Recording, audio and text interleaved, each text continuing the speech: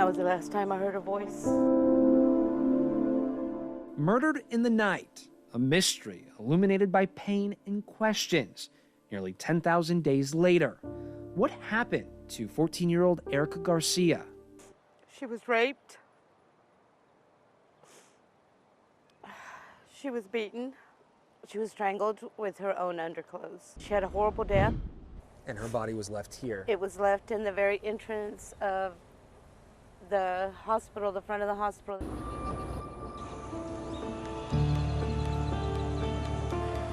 Alief General Hospital at the time was shuttered. The building along Bel Air Boulevard was boarded up. They took that plywood off and entered through one of the doors of the emergency entry, I believe. It's those details that haunt Margarita Garcia, the not knowing how her 7th grade girl, who just made the cheerleading squad at Sharpstown Middle School, was never to be heard from after June 6, 1997. You got a call from her that evening. She called me at 11:45 that night. And I remember, I'll never forget it because it was storming that night really bad. And she told me that she was on her way home. And I told her, I asked her, I was like, do you want me to go pick you up? She said, no, Ma, I'm on my way home. Do you remember how you ended that call? I said, okay. I said, just be careful. Bye. And that was the last time I heard her voice. Margarita says Erica had gone out to a teenage club that Friday night.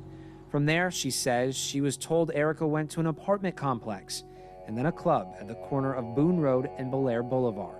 That call Erica made to her mother that night was made from a payphone in this area, feet away from that club and that abandoned hospital where her body would be found hours later. If you could get one extra minute with her, what would you say to her?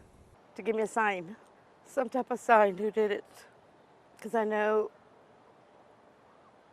I feel that it was more than one person. Just give me a sign. Margarita and her sister Brenda Chavez, Erica's aunt, spend holidays, Mother's Days, and Erica's birthday year after year at her final resting place. Did you ever think this is where you'd be spending your holidays, at a cemetery?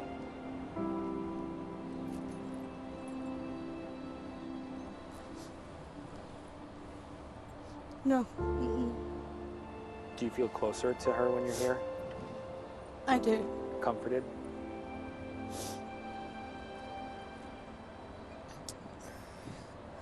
This is where I have to come and visit her. Erica would have turned 41 years old this month. Her mother tells us she longs for the day she can visit her daughter's grave in peace, knowing the person responsible for her death is held accountable. If you have any information that could help investigators with this case, call HPD or Crime Stoppers.